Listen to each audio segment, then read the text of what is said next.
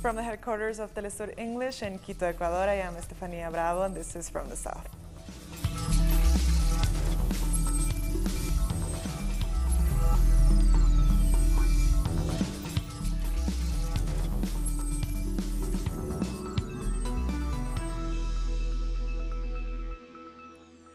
Brazil's trade unions and social movements are participating in a day of work stoppages, forced delays, and other actions. Some actions, such as the privatization of transport, began as early as midnight. Workers intend to bring discussion to the workplace on themes of privatization, unemployment, and the loss of social rights. This includes the issue of unrestricted outsourcing and labor reform passed under the government of Michel Temer. Temer has also worked to weaken unions, and average incomes have fallen by 13% to 18% in Brazil's largest cities. The candidates for Brazil's presidential election held their first debate on Thursday night, but without the imprisoned former president Luiz Inácio Lula da Silva, who has a clear lead in the polls. Social movements have condemned Lula's exclusion. The debate was dominated by the candidates of the mainstream right, all of whom are running very low in the opinion polls. They were challenged by Jair Bolsonaro from the far right and Guilherme Boulos, a lone voice on the left. What we don't want is for women to continue being imprisoned or dying because they have abortions in the most precarious conditions. And above all, poor women and black women, because richer women do it in decent conditions in good clinics. Like the case of Ingriani, who we heard about in the Supreme Court hearings this week, a young woman with 3 children who was forced into a backstreet abortion and died. In our government, abortion will have nothing to do with the criminal code. It will be a matter of public health, respecting women's rights. The far-right candidate Jair Bolsonaro repeated his promises to rule with a religious, socially conservative agenda. Bolsonaro has been running second in opinion polls behind Lula. The most important thing that we can do here is to show people that we will put Brazil first. What we will do in the name of God, always asking for His guidance to resolve problems in the best way possible, because Brazil can't have another term of the Workers' Party or the PSDB. Our correspondent in Brasilia, Andre Vieira, was watching the debate. On Thursday, the first presidential debate was held without the participation of former President Lula da Silva. Social movements are of course denouncing the political character of Lula da Silva's imprisonment and also denounce the fact that his incarceration serves to impede dialogue between Lula and the people through the debates, and also through his cross-Brazil caravans that he began last year.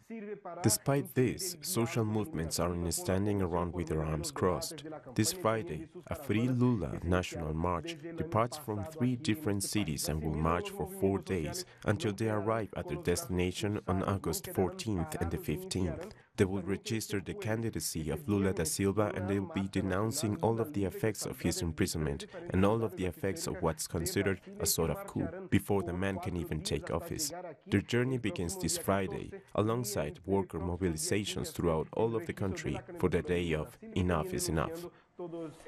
Thank you, Andre, for your report. After Argentina's Senate rejected the abortion bill on Thursday, women in Brazil are still demanding their own amendments to the legislation on abortion. Brazilians and Argentine residents living in Brazil protested outside of Argentina's consulate when the Argentine Congress voted on the issue of safe and legal abortion. It's not just to be in favor of abortion, but also in favor of sex education.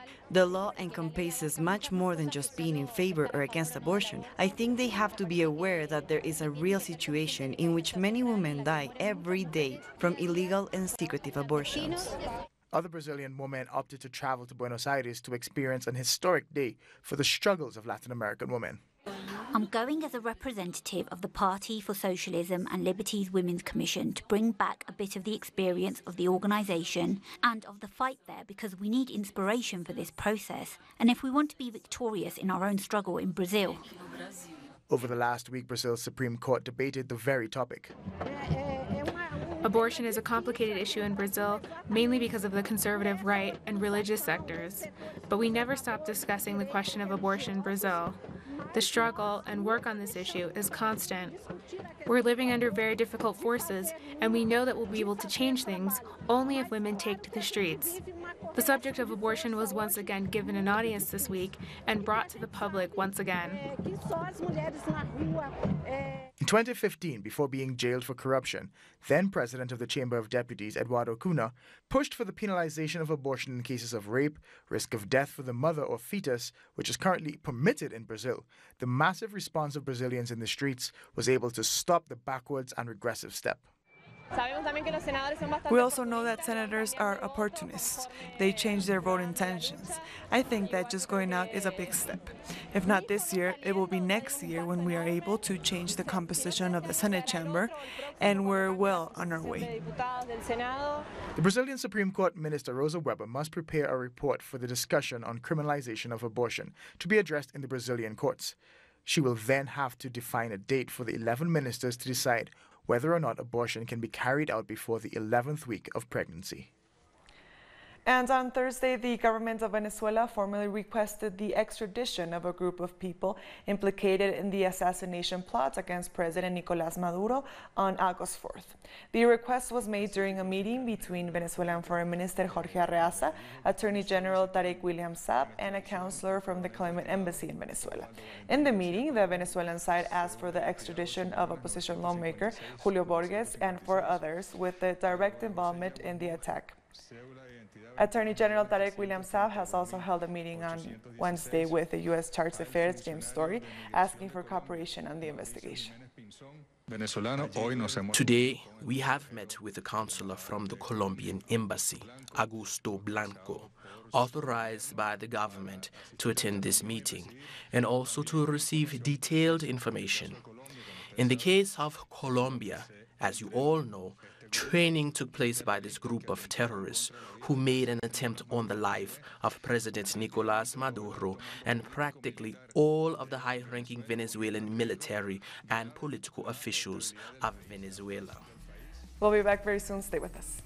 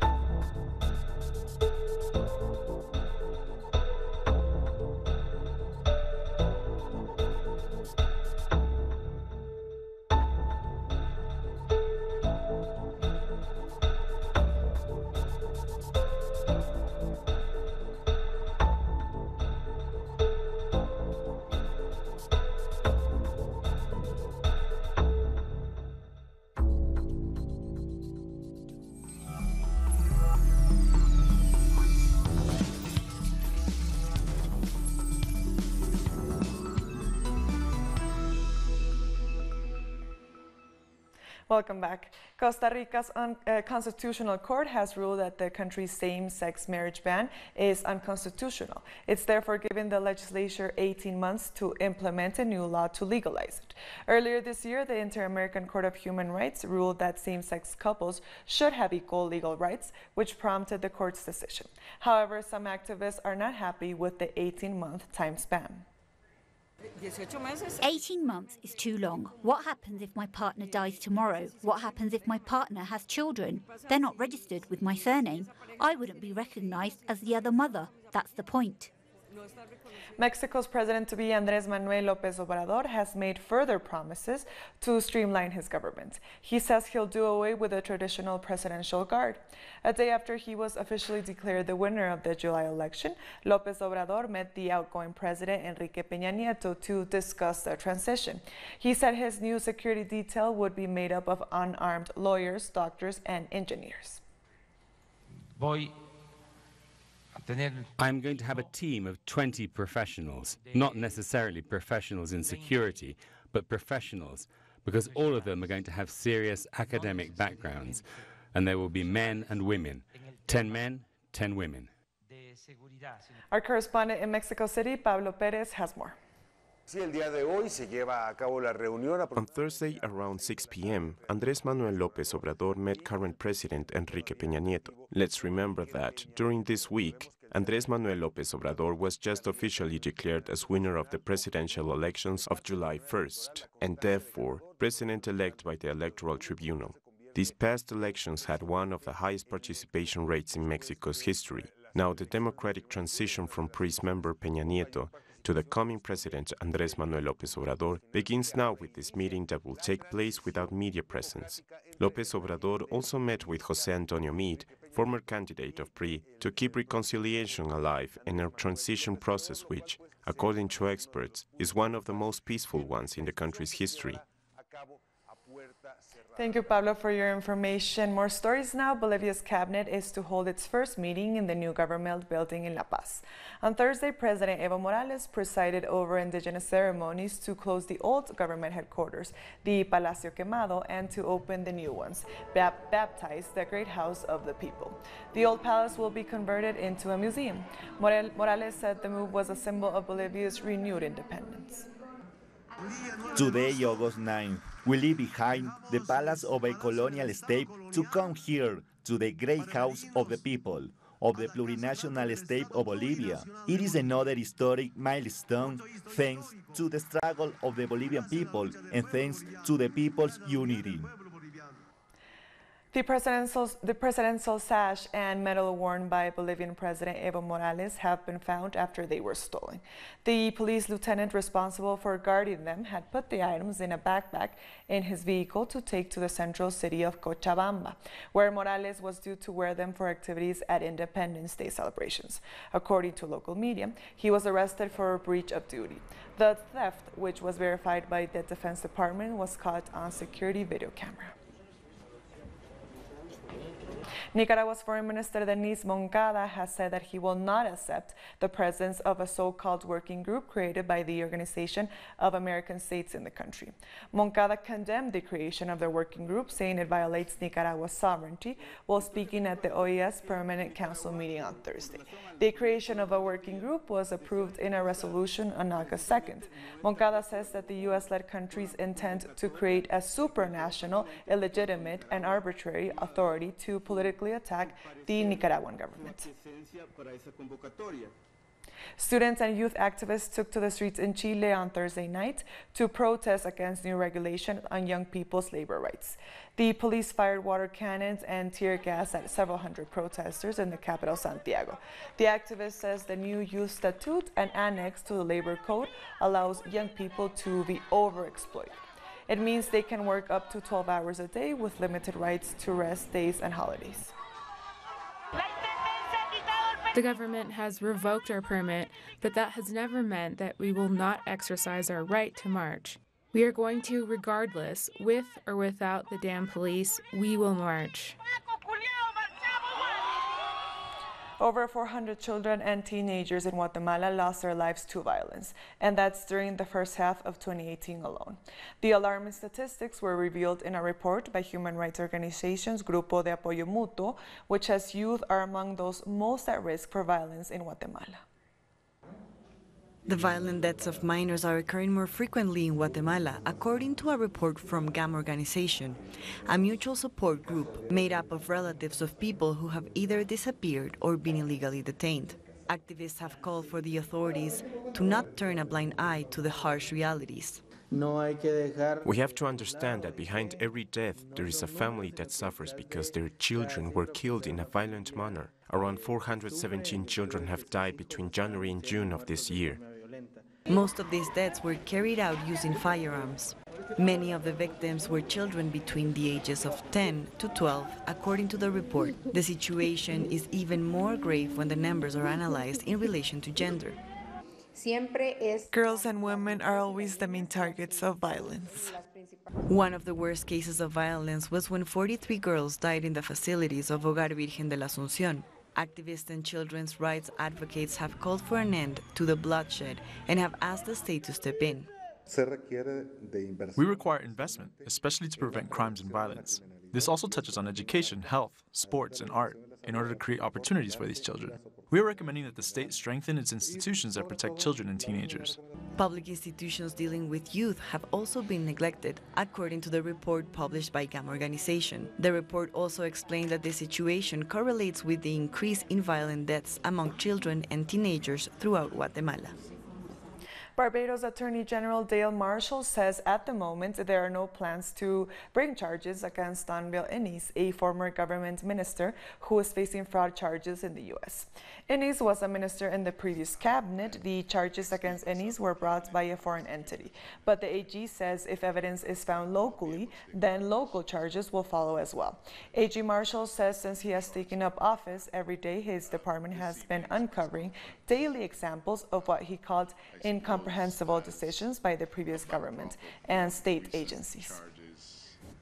This event is without precedent in the history of Barbados.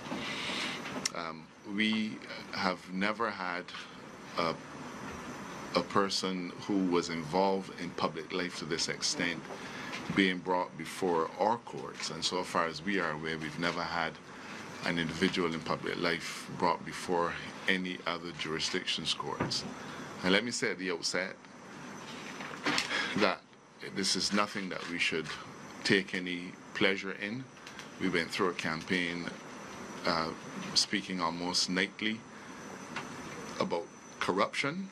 We went through a campaign where we sought to draw to the public's attentions instances where we felt that the proper standards in public life had been fallen away from by the last administration. The Dominican Prime Minister Roosevelt Skerrit has spoken of his intention to build sustainable housing that can withstand natural disasters. While addressing local people, he stressed the need for safe land to build on. When we build for somebody, that person will be safe in the event of a hurricane. We have to build in safe locations.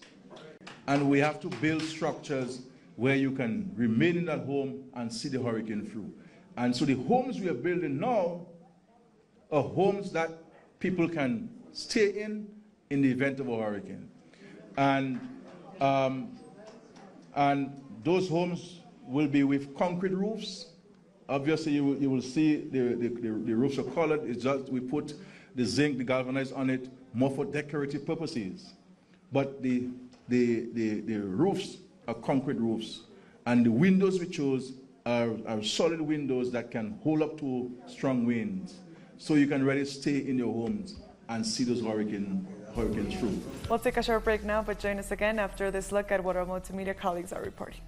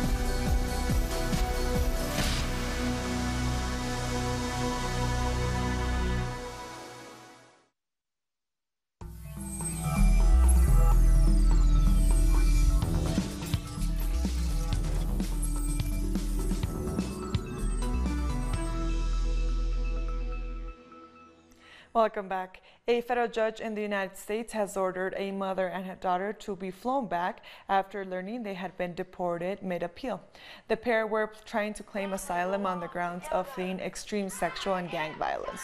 The judge said it was unacceptable that they had been sent back during their appeal. He also said that Attorney General Jeff Sessions could be held in contempt of court for the deportation. Sessions had previously said that gang violence no longer qualifies for asylum.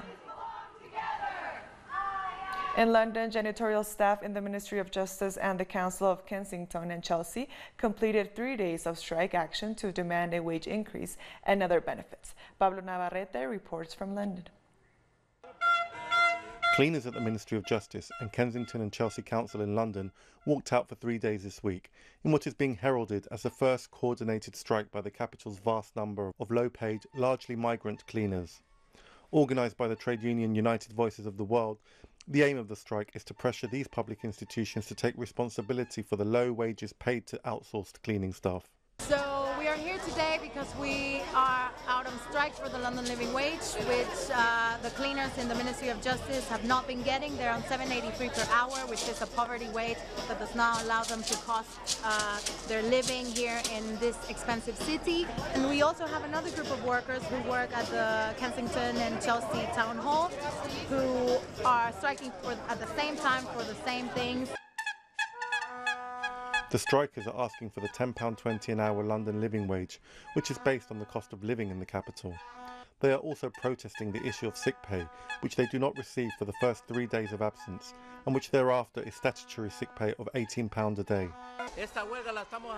This strike is a call to demand improvement, because here in the ministry called Justice, there is a lot of injustice against the cleaners. Only against the cleaners, because other servers of the ministry have everything. But for us, they do not respect the payments. The payment for disease. You do not have the right to become sick. You do not have the right to claim because they give you more work, and this has to end. After occupying the reception area of the Ministry of Justice on Wednesday, some of the cleaners and a representative of their trade union were invited to a meeting with the Vice Minister. While no clear answer has yet been given on whether the cleaners' demands will be met, they have announced they will keep on fighting. This historic strike has shone a light on the employment conditions of migrant workers in the heart of the British government. Pablo Navarrete, Telesur, London. The main ally of the Ivory Coast ruling coalition, the PDCI, has announced it plans to withdraw from the group. The alliance has been in power since 2010. The pullout comes just 2 months before local elections. The two main parties in the alliance disagree over President Alassane Ouattara's decision to create a joint party to contest 2020 presidential election. The PDCI wanted a candidate from their party to contest the 2020 election, but President Ouattara rejected the condition. The anti-slavery activist and candidate for the upcoming presidential election in Mauritania, Biram Da Abeid, has been arrested this week. According to authorities, he has not been charged with any crime. A legislative vote is set for next month, and rights activists says it is a politically motivated move to silence opposition. Abeid has been one of the main voices against slavery in the country. Slavery was made illegal in 1981, but still tens of thousands of people still live as bonded laborers.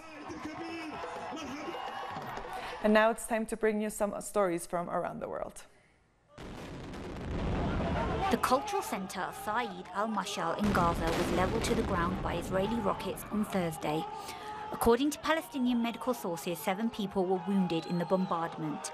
The Israeli Defence Force has been consistently shelling Gaza since Wednesday in what they say is in response to Hamas mortar rockets being fired into Israel. Turkey's national currency, the lira, is at an all-time low, near 6.5 against the dollar on Friday. Deteriorating relations with the United States and the state of the economy is believed to have caused the currency to slump. According to reports, the lira has lost more than 35% this year. When you ask what is the deficiency, it's the lack of production. Nothing else. These things wouldn't work with importing goods. We need to carefully discuss an agriculture policy that will pave way for exporting goods. We cannot do anything with industry. Our industry is not well developed. Pilots of the Irish budget airline Ryanair are on strike to demand better pay and work conditions. The airline was forced to cancel 400 out of 2,400 European flights scheduled for Friday, affecting around 55,000 passengers. Ryanair has said the strikes are unnecessary, but pilots in Ireland, Germany, Belgium, Sweden and the Netherlands who walked off the job disagree. They say the airline has refused to consult them on collective labour agreements since it began recognising unions last year. And we've come to the end of this news brief. These and other stories, you can find them on our website at telesurtv.net/English. And join us on social media, Facebook, Twitter and Instagram. For Telesur English, I am Stefania Bravo. Thank you for watching.